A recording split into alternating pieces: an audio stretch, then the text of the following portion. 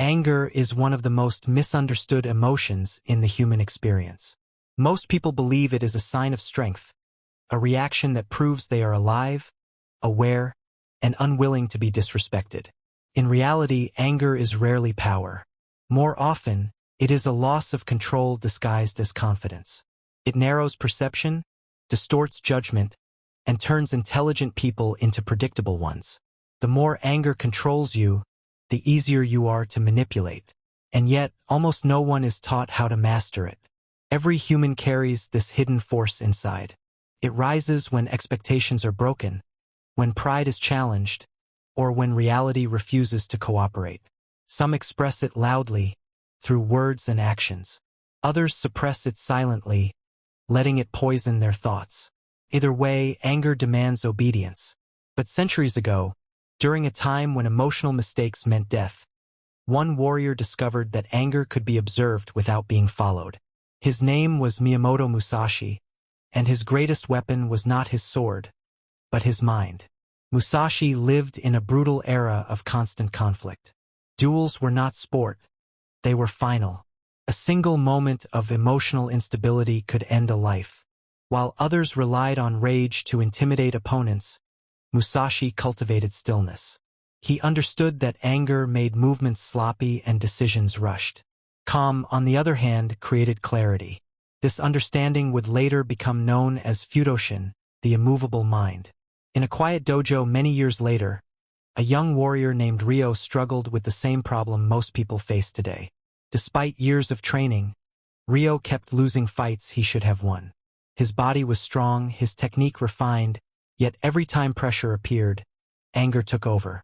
One insult, one unexpected strike, and his discipline collapsed. He fought emotionally, not strategically, and paid the price repeatedly. Ryo's master, Tada-sensei, observed this pattern without interruption. After another defeat, he asked a simple question that changed everything. "Why did you lose?" Ryo blamed luck, distraction, and unfairness, but each excuse was gently dismissed. Finally, forced into honesty, Ryo admitted the truth. He lost because he became angry. The master explained that anger was not an external enemy but an internal chain. Anyone who could trigger it could control him. Tada-sensei introduced Ryo to the philosophy Musashi lived by. The immovable mind was not about eliminating emotion, but about refusing to be ruled by it. Anger would still arise, but it would no longer dictate action. This idea was unsettling to Ryo because anger felt automatic, uncontrollable.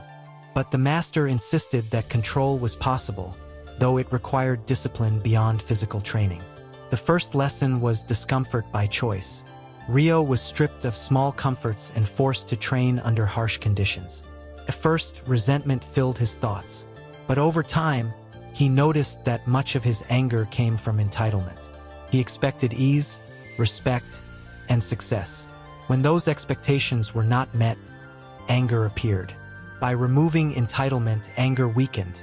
The second lesson focused on provocation. Other students were encouraged to insult and mock Ryo. He was forbidden to respond. The first days were unbearable. Anger burned inside him, demanding expression.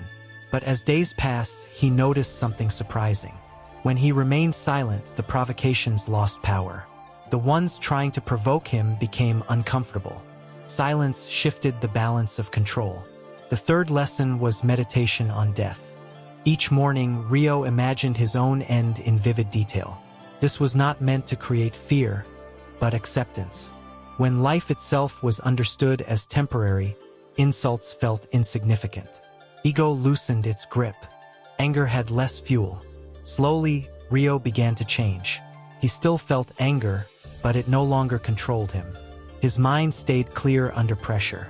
When tested again in combat, he won without forceful emotion, guided by awareness rather than reaction.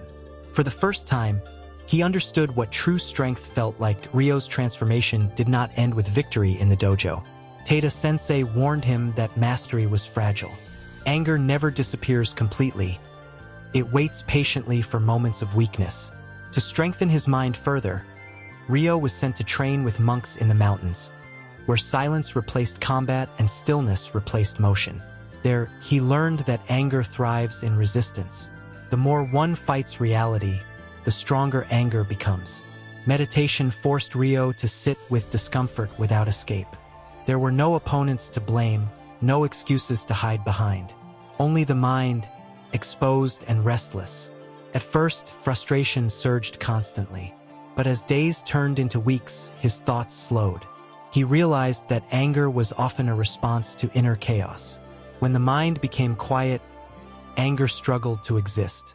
The monks taught acceptance without surrender. Accepting reality did not mean weakness. It meant clarity. When events were seen as they were, without emotional distortion, action became precise. This lesson followed Ryo back into everyday life. Situations that once triggered frustration now passed without impact. He noticed that people often attempted to provoke reactions unconsciously. When no reaction came, conflict dissolved on its own. Years later, Ryo returned to society not as a warrior seeking battles, but as a man who understood human nature. He saw anger everywhere, in crowded streets, in arguments, in ambition-driven competition. He saw how easily people surrendered control of themselves to emotion, and he understood how rare true calm had become. The legacy of Miyamoto Musashi lived on through this understanding. Musashi believed that a man who mastered himself could not be defeated by others. Anger was the most common point of entry for manipulation. Insults, fear, humiliation, all were tools to pull emotional strings. Cutting those strings meant freedom. This lesson is not limited to warriors or ancient times. Modern life presents endless provocations. Delays, criticism, disrespect, and uncertainty test emotional control daily. The question is never whether anger appears.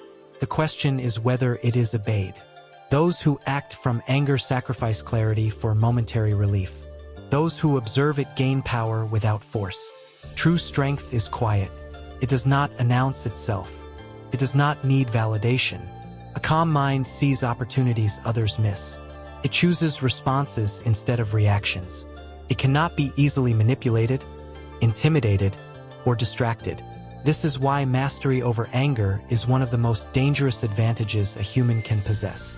Ryo eventually understood that the demon he feared was never meant to be destroyed. It was meant to be understood. Anger was a signal, not a command. When treated as information instead of authority, it lost control. The immovable mind was not a myth or a trait reserved for legends. It was a skill available to anyone willing to train it. And that is the final truth Musashi left behind. The greatest battles are not fought with weapons, but within the mind. Those who win there rarely need to fight anywhere else.